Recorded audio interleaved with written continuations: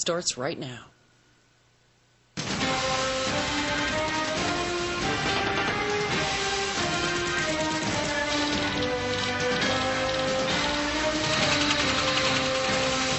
For years, Islamic radicals have used this rugged terrain and dense triple canopy as a safe haven for spawning terrorism. This is War Stories, and I'm Oliver North, coming to you from Holo Island in Sulu province of the southern Philippines. We're on ground from which violent groups like Abu Sayyaf and Jamaya Islamiyah have launched vicious attacks, killing scores of Americans and Filipinos while terrorizing the people of this province. Today, these Islamic radicals are on the run or dead, thanks to a unique approach to counterterrorism being taken here by the Philippine Armed Forces, backed up by the United States. Join us as War Stories goes with special operations units to this unknown front in the global war on terror. Unconventional warfare, unconventional operations. The military is more than just door-kicking gunslingers.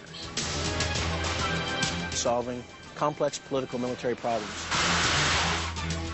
Working behind the scenes.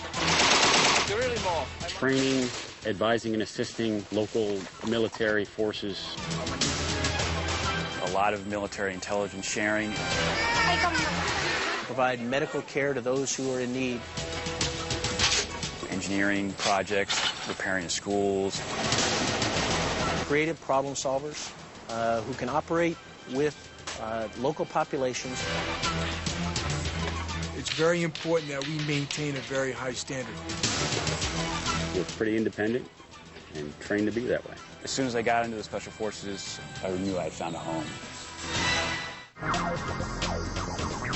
The people here genuinely like America. Colonel Dave Maxwell is the commanding officer of Joint Special Operations Task Force Philippines.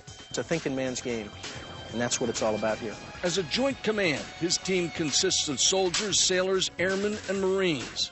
The exact number is classified, but the total is under 1,000.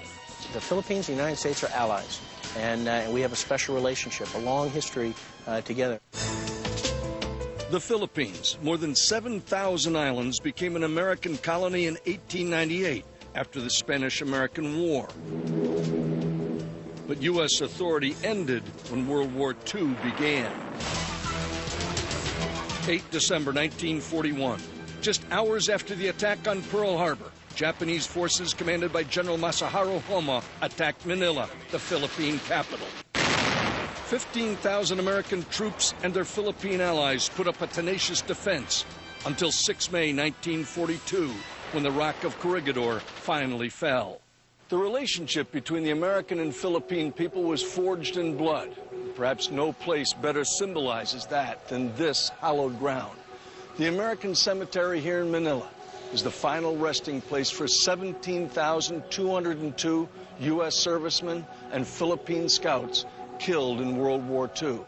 General Douglas MacArthur was one of the few who escaped.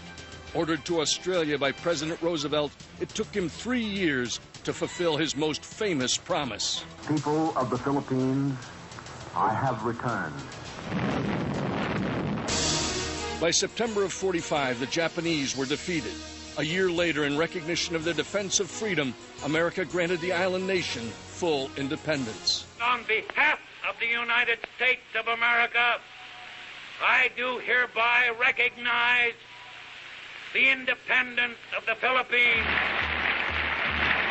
The average Filipino just loves Americans. We probably have the biggest support for America in the whole world.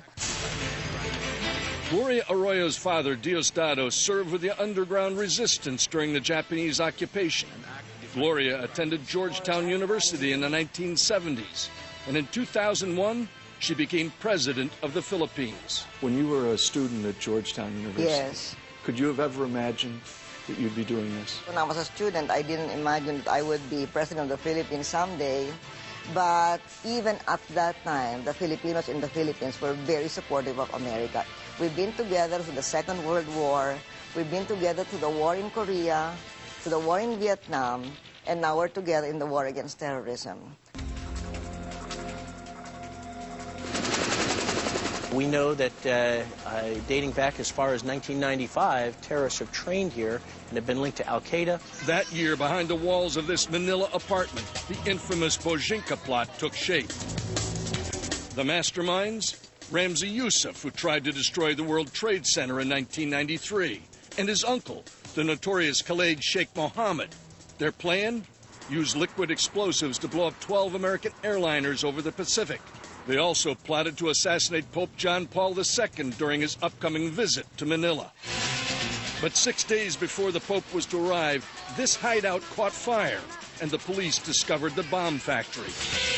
Youssef and Khalid Sheikh Mohammed were tracked down and jailed where they remain today. But despite their apprehension, radical Islam had taken root in the Philippines. The primary threat here is the Abu Sayyaf group and Jemaah Islamiyah, local and international terrorists. Al-Qaeda is more than willing to provide them with the munitions and support and financial resources. Marine Brigadier General John Tulin oversees the U.S. military's response